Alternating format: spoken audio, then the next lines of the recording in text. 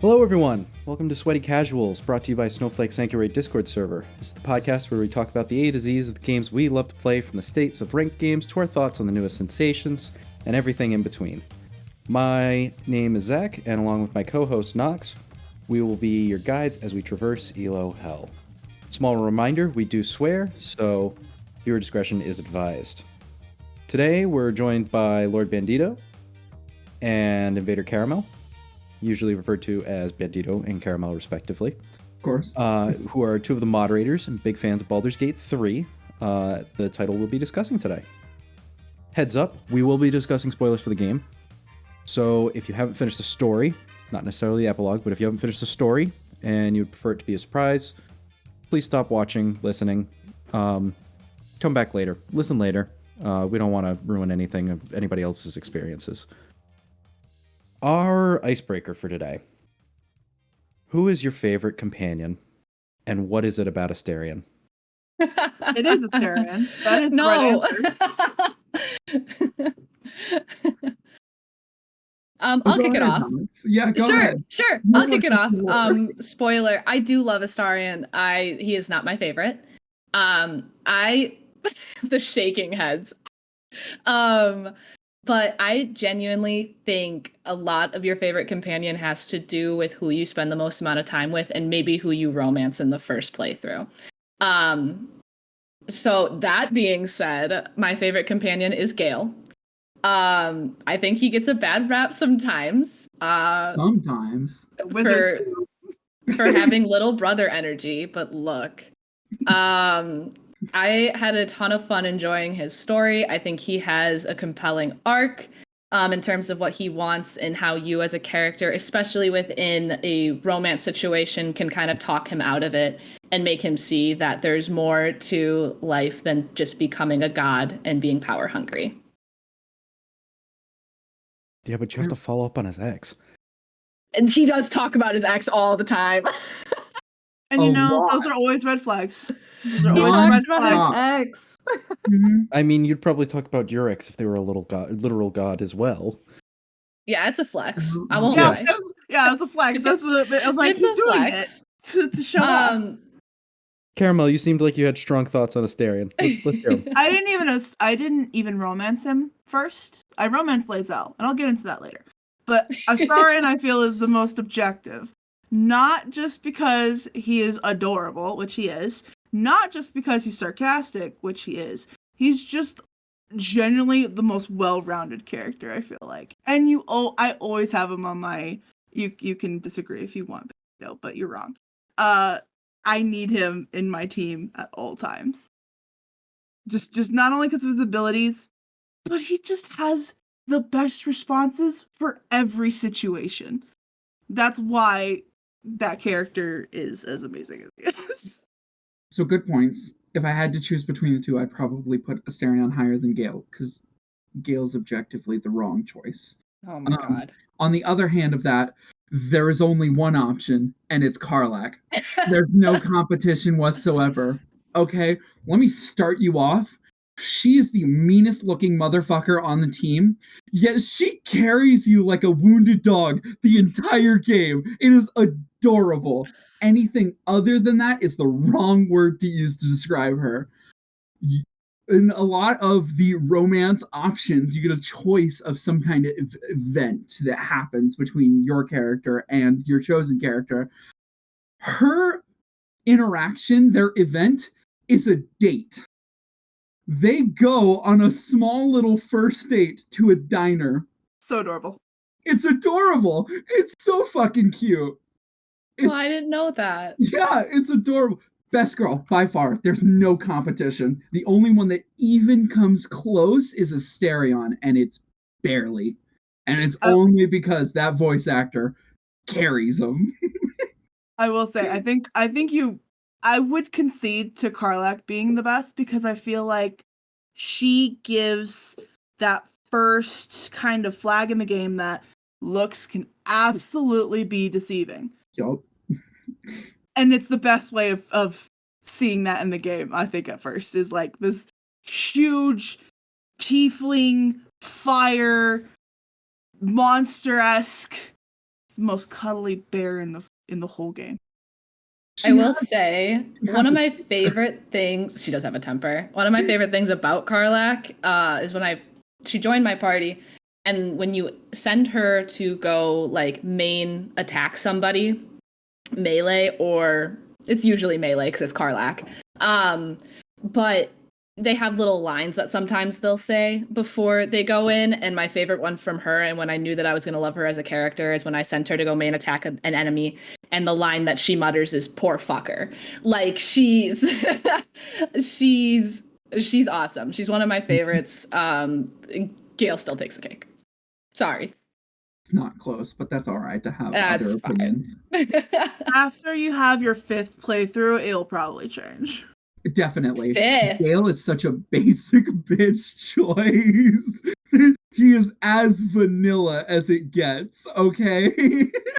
Look, I like a simple man. It's great. Sure. He listens to me. He takes my advice. Like, I couldn't ask for more. It was a wonderful first playthrough with him. We're not going to read into that. Just for context, I haven't played the game. I don't own it. However, I do enjoy Asterion. I get all the TikTok memes about him. He's been the fun one to watch. So, yeah. Let's right there. Let's get into it. Nox, you've got a list of all of the awards that Baldur's Gate has won. I do have a list. Let's just run through those real quick. Yeah. So to preface this, I'm going to go through the specific awards that it has won and has been nominated for. But this is also accompanied by a just mass amount of 5-star, 4-star, 90% plus, 10s out of 10s, 9s out of 10s from a just magnitude of publishers. This game was very well received upon it being launched to live, and then went on to win a ton of awards. So to start, I went through Wikipedia and took all of the awards it's won. I know it's Wikipedia, but it's the best place for all that knowledge to congregate, and I could see it in a table. Sweaty Casuals getting all our data from all the best sources. Look, Reliable. Let's not forget my Overwatch list from a few episodes ago. It was a little bit rough. Anyway, we don't need to talk about it. So to start, at the Golden Joystick Awards, it won Best Storytelling, Best Game Community, Best Visual Design, Best PC Game of the Year, Best Studio of the Year, Best Supporting Performer for Astarion, and Ultimate Game of the Year. It was also nominated for Best Supporting Performer, which was our narrator. At the 14th Hollywood Music and Media Awards, it was nominated for Best Original Score. At the Brazil Game Awards, it was nominated for Best Soundtrack, but it won Best RPG, Best Multiplayer, Best Studio, and Game of the Year. At the VTuber Awards, it was nominated for Stream Game of the Year. And then finally, at the Game Awards of 2023, it was nominated for Best Game Direction, Best Narrative, Best Score in Music. But it also won Best Community Support, Best RPG, Best Multiplayer Game, Best Player's Voice, Best Performance, and then ultimately, Game of the Year. So, it has won so much. It is obviously well received. People love it. We love it here. We haven't been able to stop playing it, at least for the last few weeks, as I've been going through my first run, a little bit late in the game. 4 months. But 4 months for some of us. Yeah. So to start the conversation, I wanted to talk about why. Why has it been well received? Why has it won the awards? Why did we fall in love with it? And I would love to start with Caramel. I think ultimately, just to go to the why has it won all the awards, I think it's strictly story. Yes, the characters are great. Yes, your control over your character and the story is great, but the story itself, the overall theme that the characters have, is very relatable in some cases, and just it's so fun to really just feel like you're a part of these characters' redemption arc, or if you really go down the other path, pure destruction. But it's more it's more rewarding to feel like you're part of this character's growth. That's ultimately why I fell in love with the game. Is that every character, even though you may not have every character in your first playthrough, that's why it has such replayability, which I know we'll talk about a little later. But even if you miss a character, if you play it again, you find out this character has a redemption arc that didn't have it maybe your first playthrough. And again, it all kind of goes towards that theme. A lot of it's just being out of the control of somebody else's, or being in the shadow of somebody else and having your own path to follow. So I just love the story. That's everything to this game. I think for me, it's just the sheer amount of choice. You're not, in most games, you get like maybe a 50-50 if it's that kind of game. A big one that I grew up on was Infamous, and the newer edition, Infamous Second Son. It used a morality system that, depending on if you were a good person or bad person, your abilities would change, which is good and all, but that's it. In Baldur's Gate, you can change your race, you can change your class, you can change who you pick up, you can change how you play, where you go. Everything is adjustable. Anything you want to do, you kind of can do anything all the time. I know I've done a specific few playthroughs just because I wanted one thing, including my current one. There is a certain ending that I wanted to avoid, and so I'm going out of my way to figure out if it's possible to get an ending where it doesn't happen. Because there's so much you can do. You can play the game and it'll be completely new like 4 or 5 times. It's delightful. It's delightful. Bandito, do you want to talk about your current quest and what you're trying to? Go for it. So as I stated, I fucking love Karlach. Favorite character, easily, not really a contest. However, again, slight spoiler, in the normal game, if you don't do anything, you progress normally, you can't find a way to save her, and she will explode at the end of the game. And because that was my first playthrough, I cried. And it was not a pretty cry. I ugly cried for a second. It hurt. I wasn't emotionally prepared for that shit to happen. That scene killed me. So this playthrough I'm doing right now is strictly dedicated to attempting to save her. I think I can get her back in hell for a little bit so that she doesn't explode. So that's what I'm hoping. Fingers are definitely crossed. The funniest thing is, I've never had her explode in any of my playthroughs, not once. It was so just the fact violent. that it happened on yours with that character, my heart breaks for you just a little bit. That's it was hard. So violent. It was not a soft little poof. No, she fucking exploded. I wasn't prepared. So of course, now I'm dedicating this one to strictly her survival, regardless of what I need to do to make that happen. Nox, why do you think it won all the awards? I've got a couple of reasons. I think it lends to its replayability. I think it lends to its story, to its compelling characters. A lot of things already touched on, so I won't beat a dead horse on that. But one of the things that I personally loved about it, and I'll break this into 2 parts. One, I've never played a Dungeons and Dragons game in my life. I have wanted to. I have shown interest. I think it sounds really fun in theory, but I had very little knowledge. I half created a character once. So coming in and being introduced to this world and being able to make mistakes, but still feel good about what I did by the end and feel comfortable in what I'm doing. I still remember Caramel and Bandito watching me play Act 1 on my first playthrough. And I was like, why can't I do this action this time? And they're like, you already used your bonus action. My what? What are spell slots?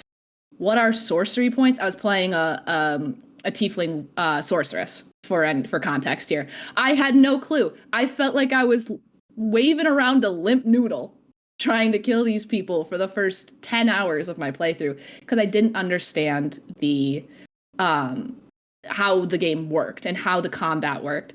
And I know when I was playing it, I had those complaints out loud to people of like, I wish there were better tutorials. But as I moved through it and naturally learned how to play the game, I learned how forgiving it was and how it did teach you by the end. There were a few things. The sorcery points, I don't know if I would have ever figured it out, to be so honest with you. But I still haven't. it's a weird mechanic they don't show you. But I think the way that it introduces people to this world of Dungeons and Dragons, I now have I recently bought dice. That's exciting. I'm queuing up for a game with people in the Discord. I think it's opened a new avenue for me to pick up a hobby and enjoy this in a different way. My other point was that while I finished my first playthrough last night, actually, we pushed back this recording so that I could finish my first playthrough. I had watched my boyfriend finish his game in his Xbox playthrough. And so that cued me into a few endings and what I maybe wanted to do and to avoid by the end. So I was better prepared than people who were going in blind to finish the story.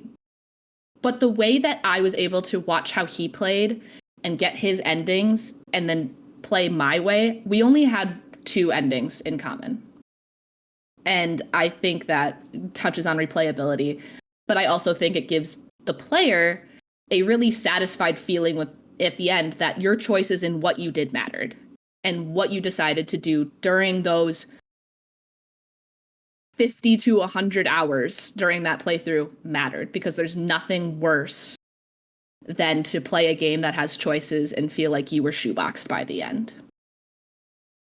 It's interesting that you bring up the Dungeons and Dragons connection and how you have no experience. I know that there's some varying levels in here. Caramel, would you want to touch on your Dragons and Dungeons experience and whether or not that experience matters to playing Baldur's Gate? It absolutely does. So when I first started playing Dungeons and Dragons, I kind of went the same route I did when I first started playing Baldur's Gate. I picked a human and I picked a magical class. Yeah. And my first Dungeons and Dragons game did not go well because I think that's a small drawback with Dungeons and Dragons versus a playthrough of Baldur's Gate 3.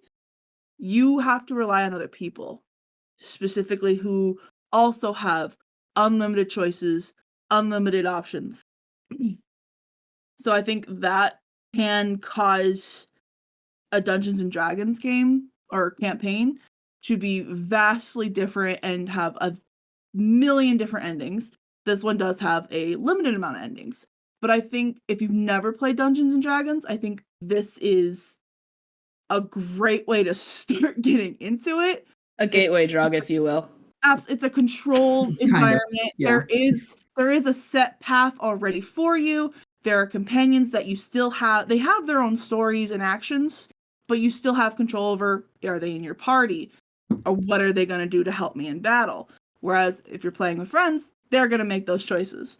And playing Baldur's Gate with friends gives you, I think, a bigger depth into what a D&D game is like. And again, it goes back to when you play it again, you will play another Dungeons & Dragons game. Once you play your first one, you'll want to play another campaign. Same with Baldur's Gate, you're going to play another time. And it's just going to continuously get better as you play because you know what you're doing. So a lot of it is just that learning curve your first time. After that, it's just the sky's the limit in both Dungeons & Dragons and Baldur's Gate. Bandito? So I am in a unique position to where I picked up D&D first a little while ago, but had repeated back-to-back not great situations and not great campaigns by people who didn't actually want to play. It's a miracle I got hooked on it to begin with. To the point that I gaslit myself into thinking, I can run a campaign. How difficult could it be? Spoiler alert, it sucks. Don't do it. If you've got someone who wants to be the DM, let them. Leave them to their own. They enjoy it, let them. 100%. I have not gone through more stress than trying to map out what my players could do in their world. However, going from a okay at best D&D campaign to Baldur's Gate, I think was a breath of fresh air. It let me actually experience the world, the environment, without, and pardon my French, 4 dickheads on my back who won't do anything except fuck everything up along the way. Pain in the ass. I want to add in, I've had also very bad D&D campaigns. My first one ever was so bad. And I think going into something that's already established like Baldur's Gate, I think you said it best, a breath of fresh air. It's like things are actually going, they're moving. You go through the story, you progress. You don't have to rely on someone else who has their own agendas. You can really just go for it. Oh, it's so nice. I also think it's interesting the timing of Baldur's Gate 3, and not that I don't know if this was a planned thing or whatever. I don't know who's all in doing this, but my actual first experience with D&D was the D&D movie, which is really funny because it's not how you play D&D, but it was the D&D movie. Yep. And I enjoyed it. I really liked it. I thought it was a fun movie. But then I went and played Baldur's Gate. The connections between them, I didn't realize there was a lore and that there were accepted monsters, and this was normal. The Sword Coast, Baldur's Gate, these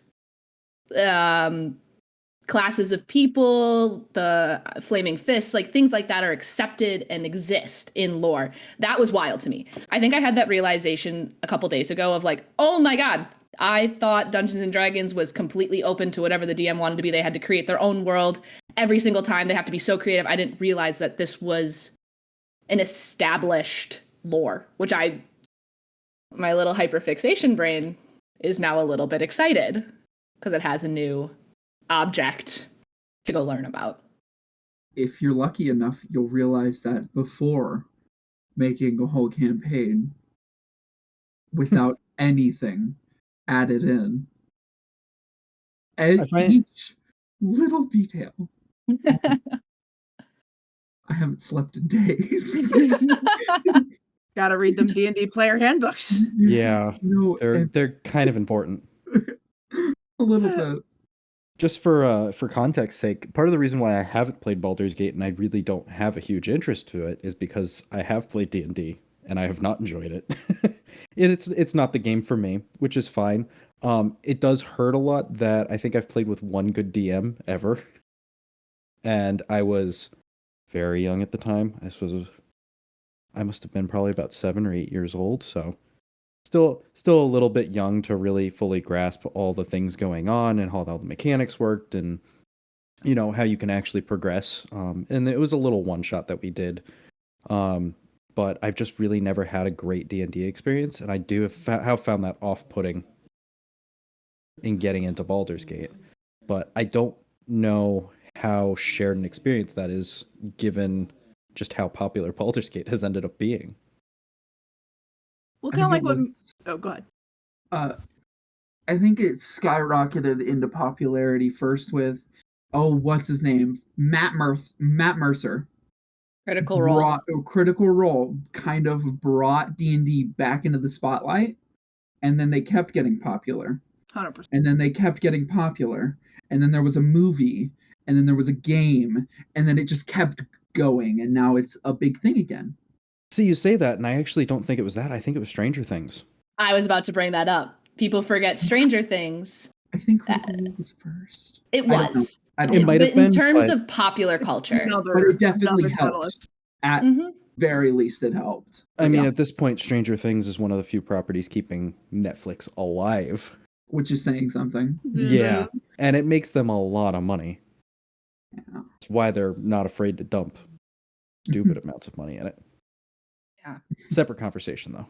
Well, even just connecting the Mind Flayer in Baldur's Gate to the Mind Flayer in Stranger Things, that was also whoa. That was wild. Why did that not click when I started? does it in a really fun way because they don't necessarily like go deep into the D&D lore or anything. They just borrow the names to try and like explain the it. concept of it. Yep. Yeah.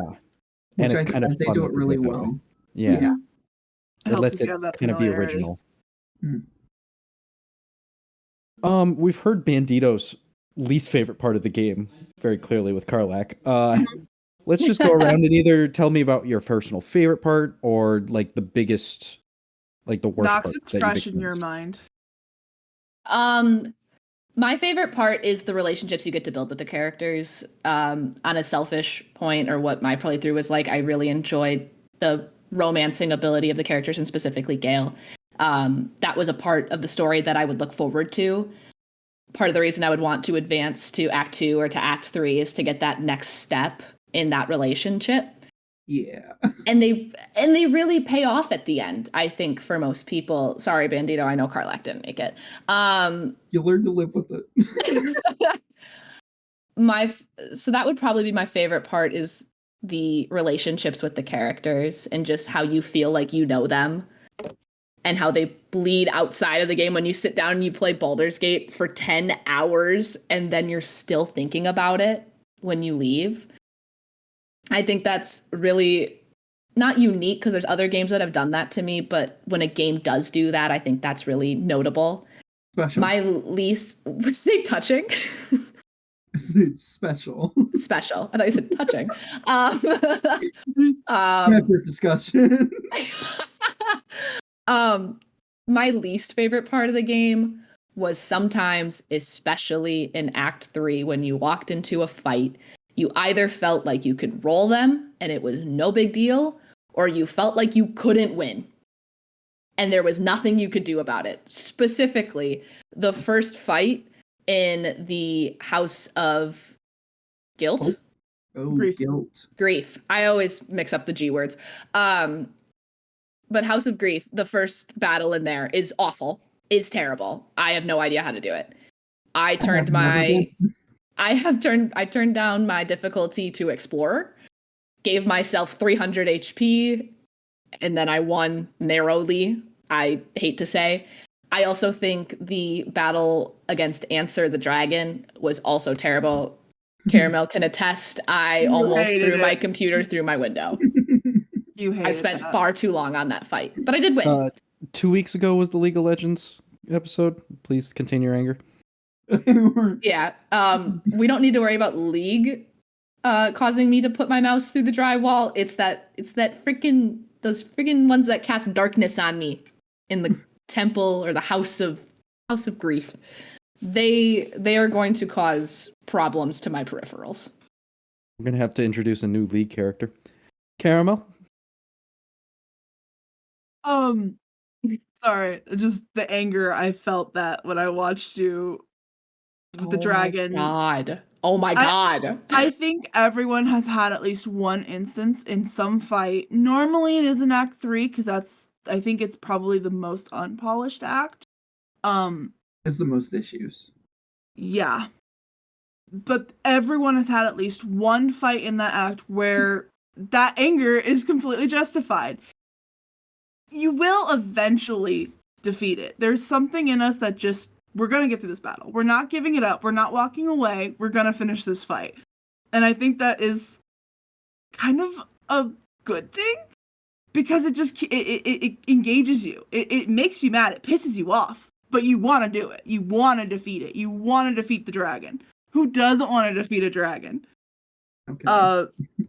I think a big part for me, though, is just exploring everything I can.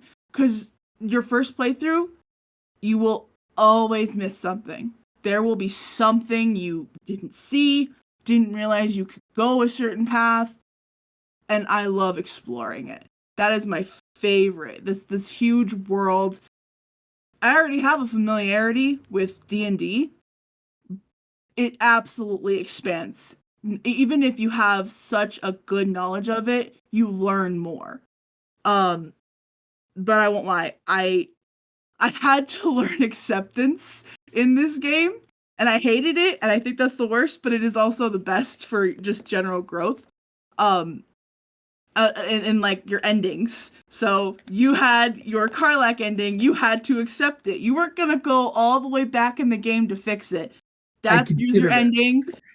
You'll consider it, but you won't do it because that's not true to your story. The story I feel like is everything to me. Mhm. But again, it's also a part I hate because the choices you make, you gotta live with the consequences. If it's a quick decision that you can reload, save scum, absolutely okay, but you can't go back a whole act to undo a mistake that now you have to live with the consequences of. Bandito, what's one of your favorite parts? So I have a few, and it's because I love the game in general, but I have a few moments that stick out to me. Asterion's voice actor went all out for one line. When you go into the Githyanki camp, there's a giant laser that can be shot in self-defense. If you happen to leave Asterion behind and resurrect him later, he delivers one of the best voice lines, in my opinion, in the game, that he was right there. And that apparently his immunity to sunlight is somewhere in between a dazzling summer's day and the full concentrated power of the sun. Delightful. Good writing. Good writing, generally. Great writing. Then you follow up. I had more closer ties, again, with Karlach. So the first night that I think we figured out, if you pour like water on her, you can kiss. Fucking adorable. That entire cutscene was adorable because she was so giddy with just that. It was awesome. It was wonderful. You could feel the joy of her character through the game. It was awesome. It was wonderful. But yeah. It's great to hear how much you guys bring up the replayability of it, and just how often you can play, how different it can be each time you play it. Let's just talk about that for a second. Particularly like honor mode. I know you guys have been doing honor mode lately. There's also tactician mode. Tactician is the hardest difficulty. Yeah. Yep. And then there's also under honor. I know 2 of you have done Dark Urge playthroughs as well. All of us are working on it. All of us are working on it. Maybe let's just touch on that and just what makes it so replayable, but also like why that's such a good thing. First, Caramel. No, Bandito. Oh, Bandito's already got it. Bandito's got it. It's running. I've been angry for a while. I've got Go it. right ahead. So originally, when I first picked up the game, it was a gift by a friend who already liked D&D. And I was not vibing with it. I don't know what it was, but I don't know if I ever got past the non-alloyed. That entire first part, I was getting angry, I was tired, and I was bored. I didn't get it. And then I gave it like a month, maybe. And then I played by myself. Believe it or not, that's the secret ingredient. Don't play with people who aggravate you. Once you get past that, it makes the game so much better. Oh god. I've had quite a few characters because I like to join campaigns with other people. So I'm like another NPC in their game, but I can control them as they play, even though it's technically their game. Caramel and I have been doing this back and forth in honor mode, which, by the way, if you don't know, that means if you die, you die. That's specifically, your whole party has to die. And once that happens, your save file it won't be gone. It immediately transitions to tactician, and you can either continue it in that mode, or that's it. You can no longer continue your honor mode. That you won't get the rewards of completing it, which, speaking of which, the rewards are a set of golden dice that you can use for your dice rolls. It might not look like much. It's worth it. It's so worth it. You can see the cosmetics are getting to all of us. A little bit. Oh god, Caramel, what attempt are we on? 5? Number I think 5. we're on attempt number 5. The furthest we've gotten was Act 2, 2. which still aggravates me to this day. Don't take advice. You don't need it. Focus on yourself. It's not worth it. Do your own thing. You're doing fine. It's worse when you let outside, and it's not. It doesn't have to be even like in bad taste. Someone could genuinely be trying to help, but it's your playthrough. Keep that in mind. Which is the worst part. I can't really blame him because I do think he was trying to help. He's like, hey, that's a really fucking good item. And then we went into it. And then it wasn't worth it. But you live and you learn. You learn acceptance. You learn acceptance. I've tried all different kinds of people. I have found a favorite, which is I'm gonna hit you harder than you can hit me. Good luck. Which is the best kind of person. I've tried Dark Urge, which I'm playing now. That's my run with Karlach. Again, adorable, especially if you're trying to be a good person with Dark Urge. It's delightful. Some of the best conversations in the game. You can just keep going. There's so much. You can do anything, any way you wanted to play the game. There are so many different options, so many choices. Anything. It's awesome. It's awesome. Caramel? I mean, I think you pretty much covered like honor mode, and the other modes, explorer and tactician, are just different varieties of levels, which have their own benefits and drawbacks.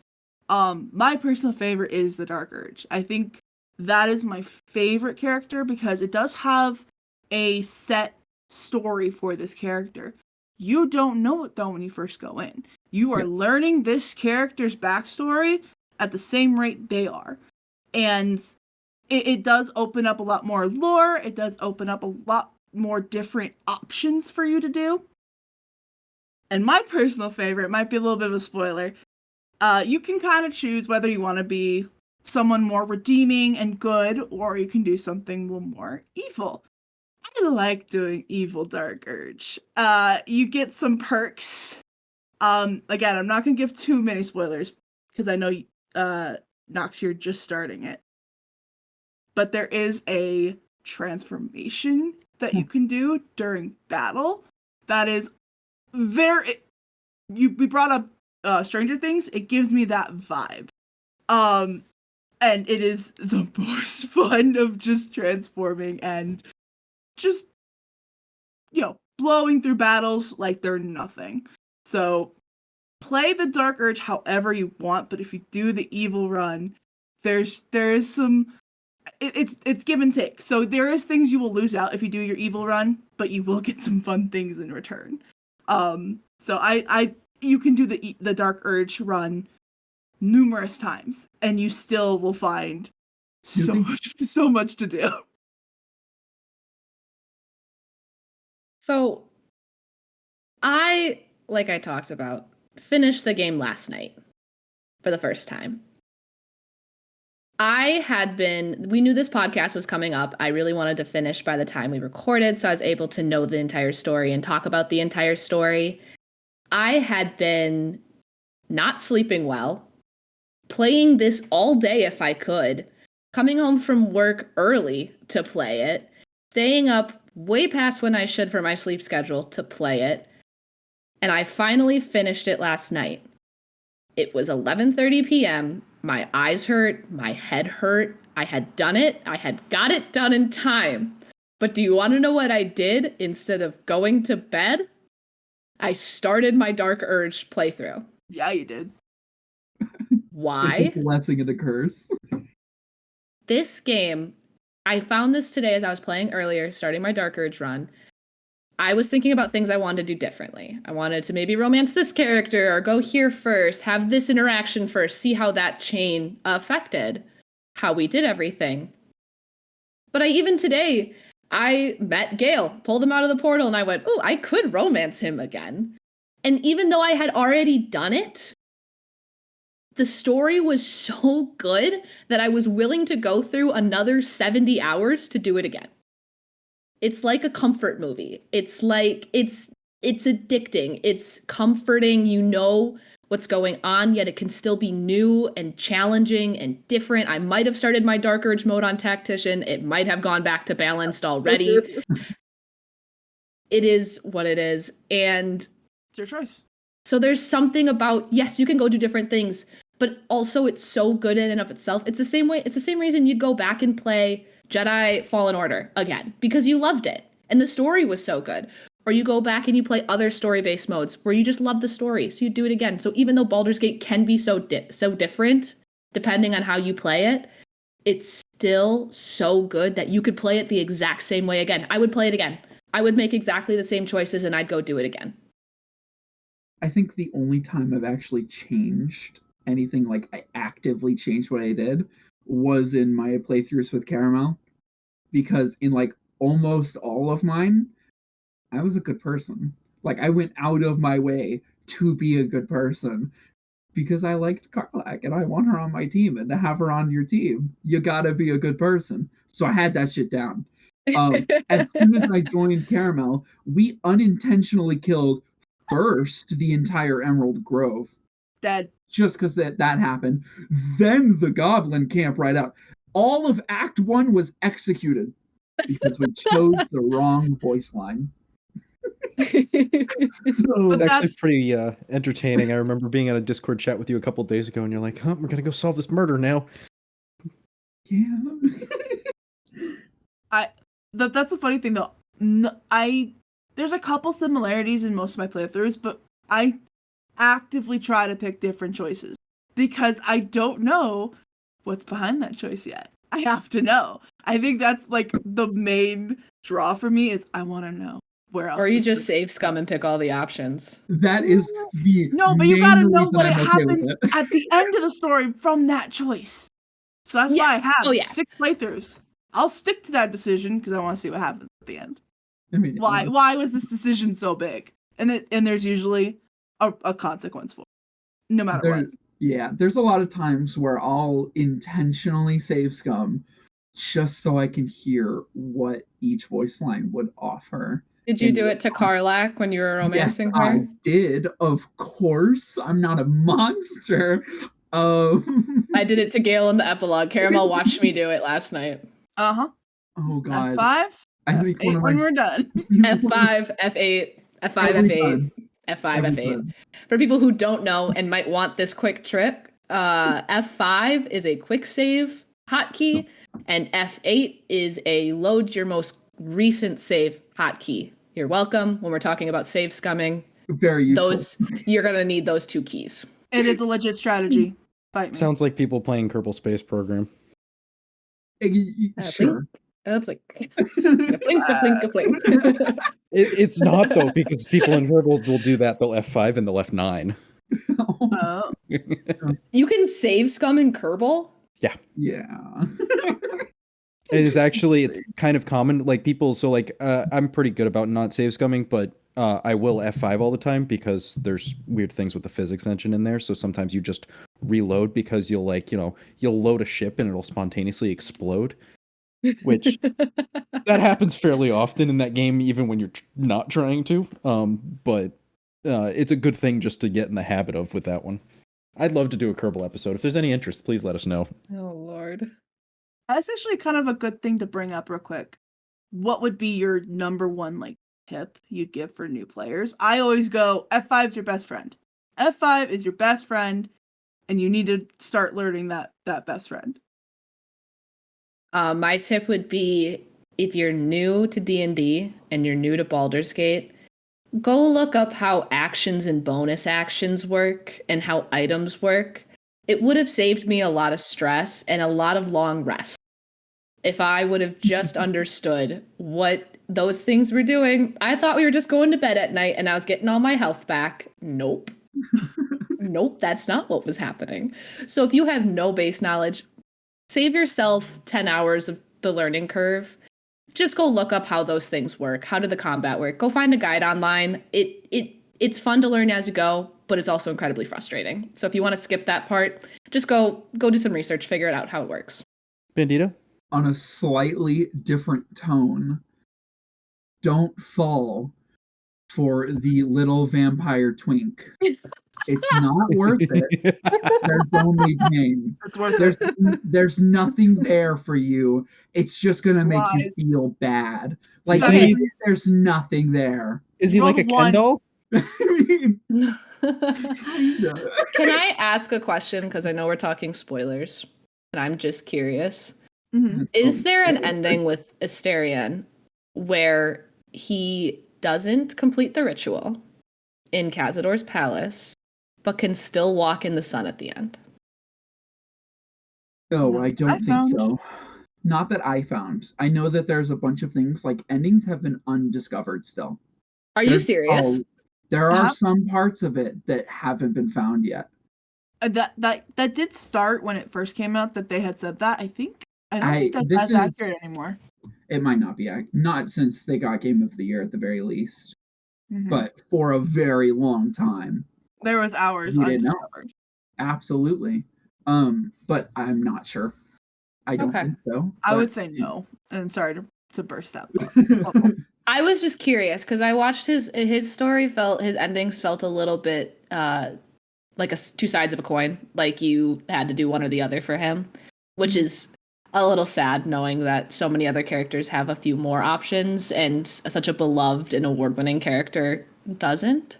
I could be wrong in that statement, but I feel like that goes towards every character. Every character can have a flip of the coin kind of ending where one side is like vastly different from the other. Yeah, there's sometimes you can sprinkle in some smaller details to the story. Like if we're gonna stick with Asterion, you can choose to save 7,000 or release 7,000. that's And by something I'm doing on my release, next. You kill them all. So Do you there's, like, really? smaller Is that what Really? happens? Oh yeah. those You are choices you execute can make. all of them. Like legit all of them. Or you can So- free them, which is also as insane as you can think. Because I think maybe it was someone else who's playing it, but they made the comparison that there were Spawn It was me. And we then were talking about Twilight, this. right? The Mhm. Twilight comparison. The comparison to that these Spawn are like newborn vampires in Twilight, where Yes. they can't control themselves. Don't laugh So- at me, Bandito. I have very minimal vampire knowledge. There's some judgment. Not as much as there should be, but there is some. But there is definitely that flip of the coin for every ending. And there's just a lot more details that can go into how they got there or why they're doing. Sure. That you can make that comparison, I think, for every companion part. Sure. We start to move towards the end of our Baldur's Gate discussion, and We made it. we're going to think about wrapping it up here, but this conversation is clearly going to be ongoing for some time, just in general. We've harped on the replayability. We've harped on the fact that this is the thing that makes the game so phenomenal. It's the fact that your choices have influence, and the fact that you can go out and it's not just open world, but it's open choice. The story has some predetermined elements, but every action that you make will have consequences down the line. Just Do like we think real this life. is right? Crazy. Do we think this is the future of single player gaming? Fucking Oh God, hopefully. I hope so. Yeah. I think this style has already been something that's been progressing in other video games, and this is just, I think, one of the pinnacles or like the what's the word I'm looking for? But it's I think it is going to be a trendsetter for future games because Mhm. it feels like it's already following a trend that was started before. It's funny, Nox, you brought up Jedi Fallen Order, which is one of my personal favorite games, and it gets a little bit older now. The game's, 4 years old now? Something like that? It's Yeah. gotta be older than that. I It might be want to 5 say years older. 6. Is it really that old? Oh, gosh. But Yep. the point that I Was want I to bring right? up with it... Bandito? It seems like I you're have looking no it up. idea. No, Oh, I'm okay. looking at something else. I have a Not the an point, but argument. we 4 years. can... 4 years. You're right. 4. Four. Sweet. Oh, nice. I remember some things. But that's one of my personal favorite single player games. Like, I think the story is It is fairly linear, but it's a great experience and it's a great story to sit down and experience. Titanfall 2 is another one. It's very, very linear. Any of the Halo games, especially the ones done by Bungie. I mean, I'm not going to say Halo 5 and 6 were quite there, but, you know, the first few Halo games in particular were very, very great single-player experiences. But they're all on rails. Your decisions don't matter so much as they're going to maybe affect the difficulty, but not the actual gameplay experience. Furthering that, look at the previous 2 Game of the Year winners were both games where it's kind of you. It's not one character. It's not one set story. It's what do you want to do with it? Baldur's Gate 3 and Elden Ring, I don't agree it should have won, but that's a separate argument. However, seeing as how popular it became so quickly, the entire premise is that you, like Baldur's Gate, you could be anything. You could play however you want. There are so many different choices to how you could have the game end however you want. So I do think that it's going to start, at least if it hasn't already, adjusting what most players see as the common game nowadays, and it's gonna become this style of, well, what do you want to do? How do you want to play in this situation instead of what would this character do? So I think that's what's going to become anyway. I was mentioning a game off camera to these guys. I was talking about Detroit Become Human, which I think released in 2017, 2016 or 2017. But that game was very eye-opening to me as a player when I played it back then when I was in high school. I had only played Overwatch and The Last of Us up until that point. The Last of Us has an extremely linear story, and Overwatch is obviously an online FPS. But playing Detroit and feeling like I was in control of the 3 characters that I was given was such a crazy cool experience to know what it's like to be able to play a game again. I don't think I've played The Last of Us twice because I got the story and I enjoyed it. I love it. I remember it as one of my favorite games, but I haven't played it again. I've played Detroit at least 3 times. I'm going to play Baldur's Gate at least 5. There's no ifs, ands, or buts about it. But that kind of starting the curve, even going back further, Until Dawn is another game that kind of introduced that choice. I know Telltale games, they were not great games, but they made a lot. There was a for sure a Game of Thrones choice-based game, but there has been nothing like Baldur's Gate to this point where it's open world, it's quest-based, it's relationship-based, it's combat-based. It has really opened the door to watching things like Elden Ring and Detroit Become Human and Until Dawn culminate into this new version of what a game can be. I think downside is this game is good. This game must have taken forever to make. I remember hearing 6 years. 22 years since the release of Baldur's Gate 2. 22 years since the last release of the game, but I believe hearing, I think in an acceptance speech at the Game Awards by forget his name, but the guy who accepted it, who had all the armor on, it was lit. I remember him mentioning 6 years. So these games do take a long time to make.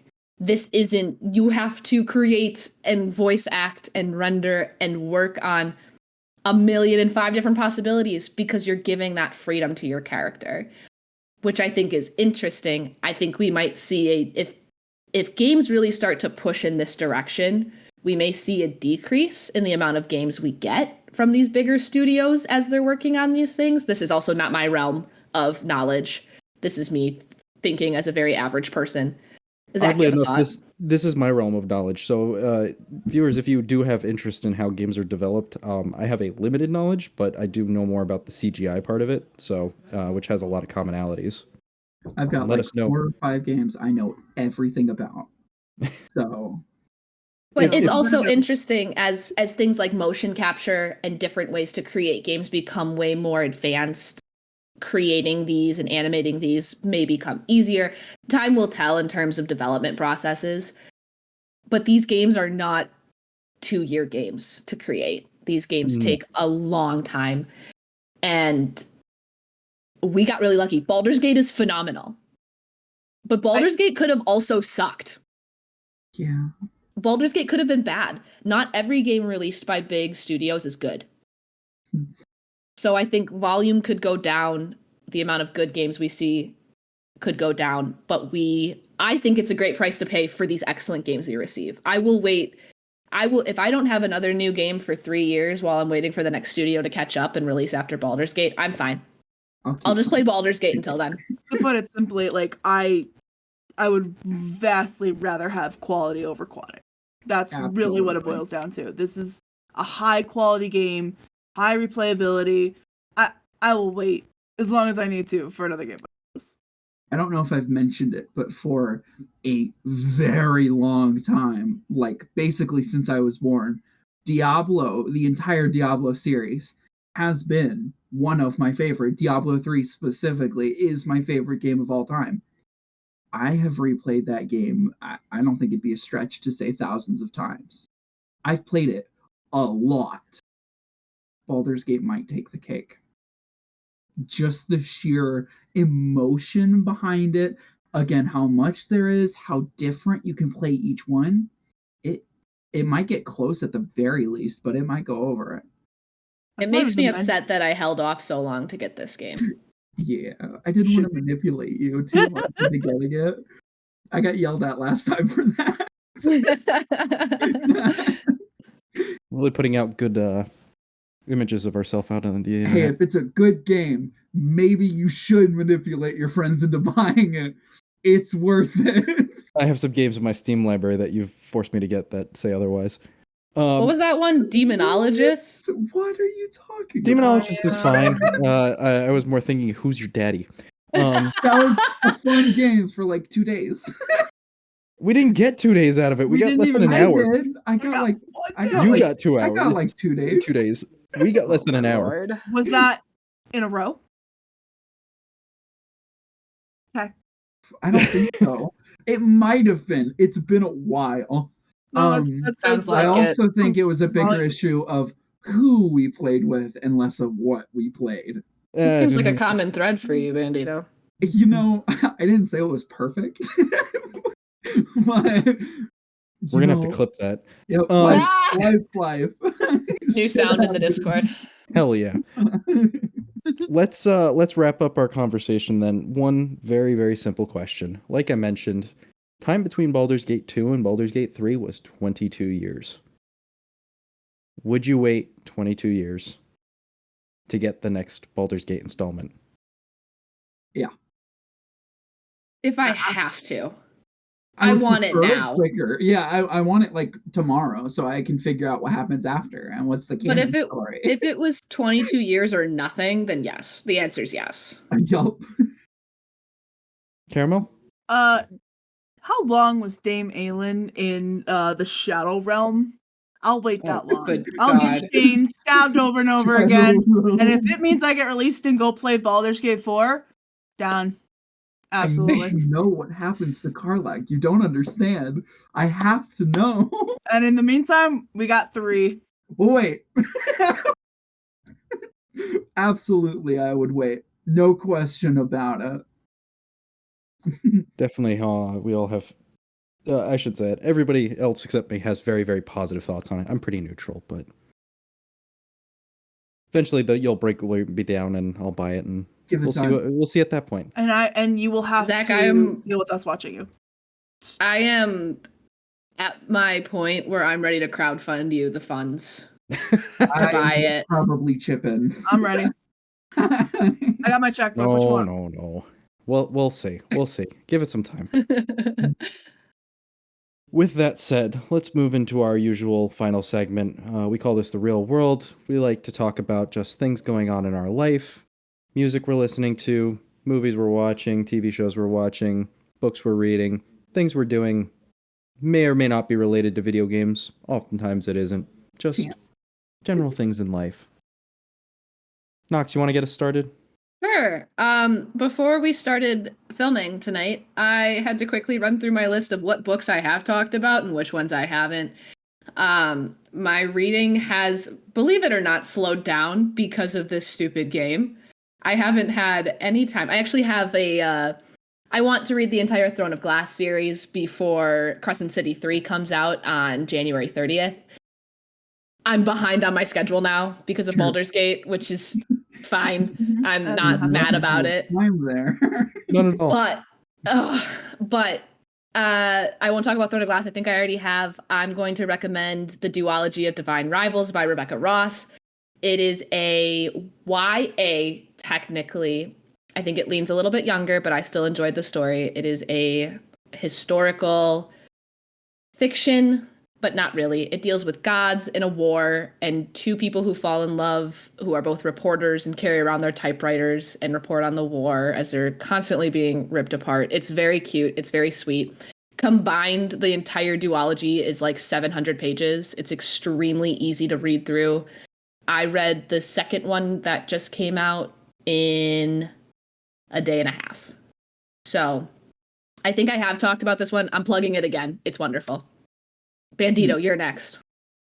So I was ironically manipulated into getting a book series as no well. such thing. I did no such thing.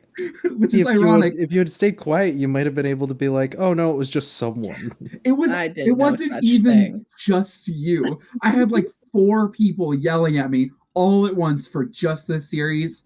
I did pick up A Court of Thorns and Roses. Then I ordered its sequel, A Court of Mist and Fury, but because I was waiting for the sequel in the mail, I went ahead and went in person and bought the third one, Wings and Ruin, because I have a problem and too much money to spend. So that's what I've been reading. It must be a nice problem to have. Oh, it's so nice. It's so nice. Following that, however, while I'm reading in my spare time, I have made once more another unreasonable purchase. I don't know if any of you are aware of it. However, there is a Republic class Venator attack cruiser that I have now acquired in its Lego form. I had no knowledge that he got that. What? Oh yeah. It is 2 giant boxes. From what I know, in the first box alone, there is at least 23 bags of Lego pieces. Forget how many pieces are in that set. Too many. I don't know if I have the number. I can look it up really quick because I'm curious. Too many pieces. I do know I'm going to be spending my next. How long did the AT-AT take me? That took me about 5-ish hours. Yeah, I was gonna say in a day. I'll give this one like 2 days, maybe 3. I think it's going to take a little bit longer. Maybe 3. For those curious, it's just under 5,400 pieces. It's beautiful. It's awesome. This is the best purchase I've ever made. Nothing will come close. Oh, I'm very jealous. I'm going to find a place to store it because right now I've got... I don't know where you're going to store it. It's like 2.5 feet long. It's so huge. I'm going to have to buy a table to put it on. Weeks to plan. And I got nothing. I thought of nothing. I just wanted the giant ship, okay? Come with any plans to go with that? No, you know what the real challenge is, right? Once you're done, you have to figure out how to put an interior in it. Oh, yeah, that's There's a lot. I'm gonna have to find the lighting kit for that one. I got the one for BD1 that looks awesome. I don't know if this one has one. Oh, there's a few already, but I'm going to tell you right now, it's probably going to be better to just go custom and do exactly the lights you want. I probably will, but I am ecstatic to start working that as soon as this podcast is over. You can best bet that's what I'm working on. And then we're honor running later. Yes. Most likely in a few days. No. Apparently. Tonight. You need to take a break. For your own sanity. We'll see. I'm going to be binging the entire Star Wars best trilogy while I'm building it. Oh, that's a strong opinion. We can... and I'll fight for that at a later date. Caramel, what have you been up to? Because we're all very unique people with their vastly different hobbies. I'm also reading. Yes. I'm also reading. Oh my gosh, we literally just talked about it. You literally just brought up the book. I'm in It's hard. halfway through the book. Roses. For context, For I've also read it. I've read the first We've one. all read it. Yes, you read it first. Well, who Me. told us to read it? Me. Yeah, I exactly. manipulated. Oh, God. I did you're it a all. second. Sorry. But yeah. Right. So I'm reading that, and also in the same vein, I'm still building my Lego set. I got the insect collection. So far I got my butterfly. I've had my butterfly for a minute, and I'm still working on my Hercules beetle. My favorite will be probably the praying mantis. Yeah, I can't do that. If I let it sit, I'll go insane. I have to hyperfixate on it for I have to take days breaks, at a otherwise time. I will hyperfixate and build for days straight. I there are times when I've forgotten to eat while building. Okay, it's an art form. This is the nice part about living, especially because I live with my sister who also builds.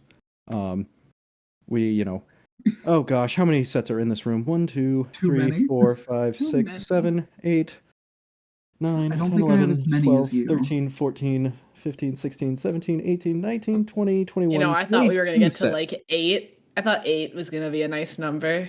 I have 22 sets in this room with me. It doesn't I include heard things you. like, there's a UCS gunship out there. I think I have 14, maybe 15. And this room, catching up 1. scarily quickly.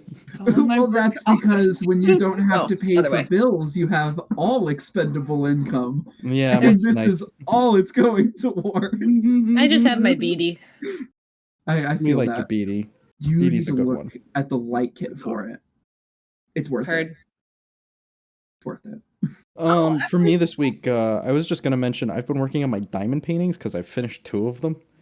For anybody who's unfamiliar with this hobby, who's part of our listening audience, diamond painting is you take like these little tiny plastic jewels, like they're almost like bedazzling jewels, and you stick them on a tacky canvas, and you have to do, usually it's a couple thousand of them, maybe tens of thousands of them at a time. Yeah, it's a lot. And you do it with a little, it's like a pencil, it looks almost like a ballpoint pen, but then the end has a little hollow metal tube at the end, and you stick it in wax, and then you pick up each individual one and place it where it goes. Yeah. So I did Van Gogh's Fields of Wheat recently. I finally finished that one. I had been working on it for a while. That one was over 40 hours to complete.